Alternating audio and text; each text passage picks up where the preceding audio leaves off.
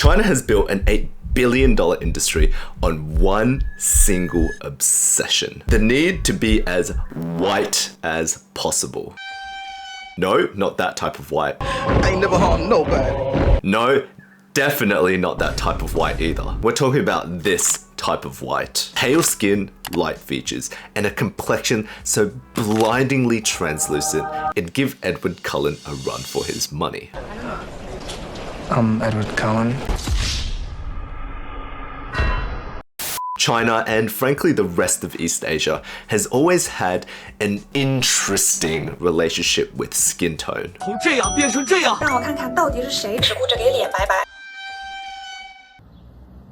Man, what the f is you talking about? Was that? I'm sorry. And what the West views as ghastly or pale, China views as the absolute pinnacle of beauty. There is even a term for it. Netizens on Douyin and Xiaohongshu are now calling it Mei Bai, which literally translates to beautiful white. What do you mean by that? Beautiful and white, huh? Are you sure you're not referring to the criteria for a KKK application? If you walk into any Chinese pharmacy, you will find entire aisles. Yes, entire aisles dedicated to nothing but skin whitening products. Whitening masks, whitening sunscreen, whitening body wash, and whitening toothpaste? What? Okay, but isn't that the job of toothpaste? Are you dumb? Everywhere you look, Chinese netizens are bombarded with the notion of what true beauty looks like.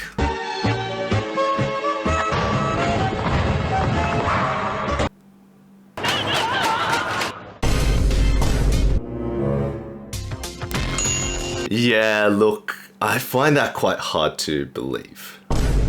If all of this isn't disturbing enough, we're now seeing netizens go to extreme lengths, such as injecting whitening IV drips that apparently is meant to make your skin whiter.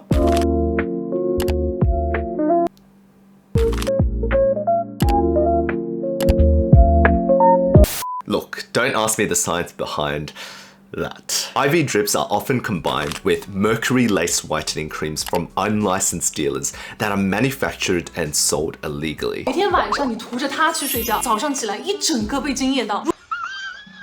I am talking about that exact same type of mercury that's found in old thermometers. The poisonous one. What are we doing here, guys? Are we trying to speedrun an early grave? A small price to pay for salvation. And the thing is, that's not all. Every summer you'll find beaches and parks packed to the brim with Chinese aunties and unks with full-length UV blocking bodysuits that literally leave no skin exposed to the sun.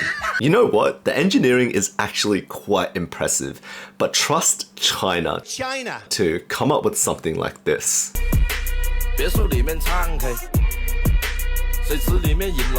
Like, are we going to the beach or are we preparing for nuclear war? Come on, guys.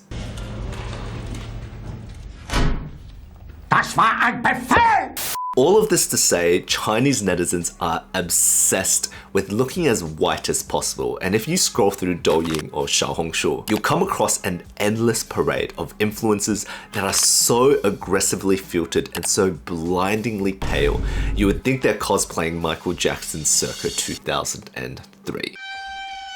And nowhere is this obsession more visible or more heavily enforced than in the world of K-pop and Chinese idol culture. Because if you want to understand why an entire generation of young women are bleaching, filtering, and injecting their way to porcelain clear skin, it all starts with what's shown on popular media. Female K-pop stars and Chinese celebrities operate on an unspoken but universally accepted requirement. Be as pale as possible. It's absolutely crazy because idols who tan, even ever so slightly, face enough backlash to make a grown adult cry. There are, and I kid you not, public fan forums that are dedicated to dissect skin tone changes between idol comebacks. Guys, how much free time do we have on our hands that we're doing dumb shit like this? Stop it. Get some help. This whiteness trend has gotten so extreme that Chinese companies are now hiring foreigners in a bid to make their companies look more global. Okay. It's crazy because being white in China is now considered a diversity hire. Usually it's the other way around in the West, but you do you, China. To understand why China has such an obsession with pale skin, we need to rewind the clock back to the Qin dynasty, where the complexion of your skin marked your level in the social hierarchy. If your skin was dark, it meant more than likely you were a farmer, out in the fields, out in the sun, and doing manual labor. Hey, you fucking fat. Your mama told me you need a smack. On the other hand, if you had that Barbie doll glow, it was perceived that you were royalty, perpetually indoors and serving tea. No, literally, I mean serving tea. Are you really playing the gay card right now? Yeah, Squeak. It's crazy because it's been centuries since the Qin dynasty and we've invented the internet, we've landed on the moon, and we now even have pineapples on pizza. And yet, beauty standards in China still haven't changed after all these years. What's interesting to me is trying to understand the cultural nuances between the East and the West, where in America, people would pay good money to go through procedures to make themselves feel more tanned and dark. What is that? What the f is that? It's funny because there is a specific kind of irony in the fact that what one culture deems as unattractive, another culture wants to desperately achieve. I mean, just take a look at the Orange Man as an example. In America, the notion of pale skin and whiteness just doesn't have the same level of clout as it does in China. Or does it? Talk about white supremacy, huh? Racial supremacy jokes aside, Chinese businesses recognize how large of a market this really is, and many skincare brands pay influencers thousands of dollars to promote skin whitening products as if they were the second coming of Christ on this earth.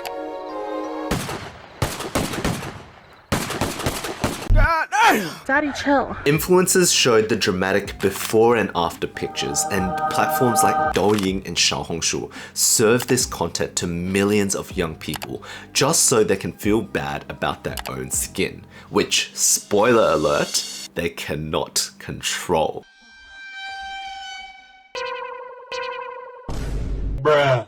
It's a disgusting ecosystem where brands make money, influencers get paid, and young Chinese women are served content to make them feel inadequate about their own skin and their own bodies. This type of content is borderline unethical, and it perpetuates a culture and the idea to young people that what they're born with is just not good enough.